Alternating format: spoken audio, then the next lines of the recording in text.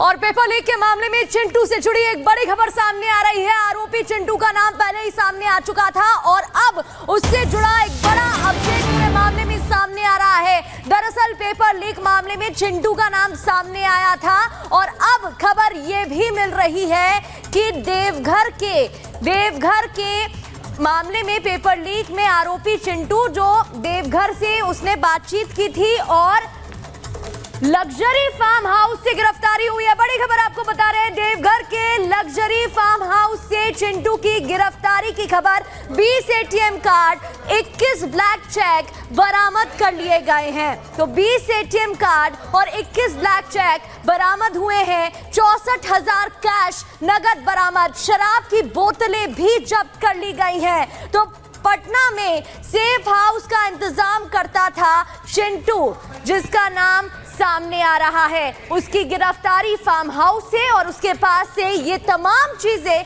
बरामद।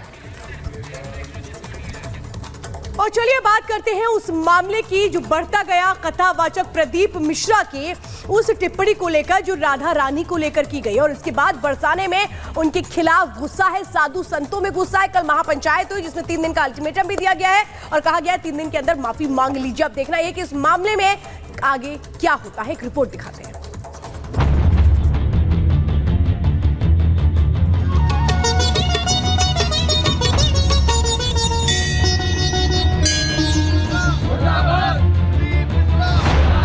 Republic Bharat channel के माध्यम से मैं आपके श्रोताओं को बताना चाहता हूं, जो राधा का नहीं है वो जीवन में कुछ कर नहीं सकता। प्रेम की प्रतिज्ञा है राधा कृष्ण।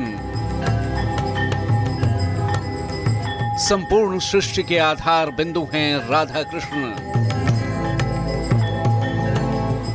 प्रेम को मापने का अगर पैमाना है पवित्रता और मर्यादा, तो जगत में प्रेम की पराकाष्ठा और परिभाषा है राधा कृष्ण।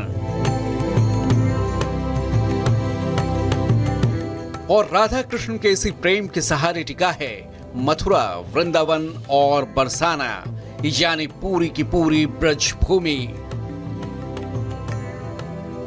लेकिन श्री कृष्ण की इसी भूमि पर इन दिनों संवाद के नाम पर मचा है एक संग्राम, वो भी संतों के बीच। और संवाद पर छिड़े उस संग्राम के केंद्र बिंदु में है मां राधा रानी, जिसे तूल दिया है कथावाचक पंडित प्रदीप मिश्रा के एक बयान ने।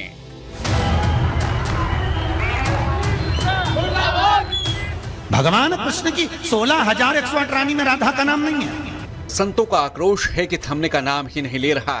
बात महापंचायत तक आ गई।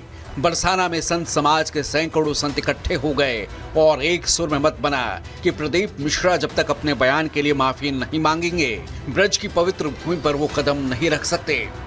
वो क्षमा यहाँ करके क्षमा याचना करे, राधा जी के प्रति जो अपशब्द बोले उन पे माफी मांगे और ब्रजवासियों से क्षमा याचना करे। उसकी जो बुद्धि भ्रष्ट है ना, वो बुद्धि शुद्ध करके आ सकता है और तहे दिल से तो माफ कभी नहीं होगा। वो हम चाहते हैं अभी भी हमारे सनातन धर्म में और ज्यादा विकृति न हो, वो चुपचाप ब्रज में आ जाए। हमारी राधा रानी बड़ी कृपालु है, ब्रजवासी बड़े दयालु है, उसको माफ करेंगे। पंडित प्रदीप मिश्रा के खिलाफ साधु संतों का ये गुस्सा सिर्फ बरसाना में ही नहीं है, देश भर के धर्माचार्य और ब्रज के लोगों की राय यही है।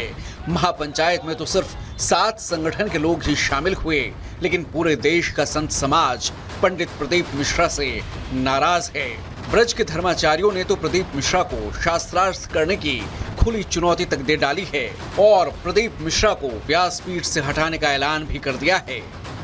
व्यासपीठ से प्रदीप मिश्रा जी को बहिष्कृत किया जाए।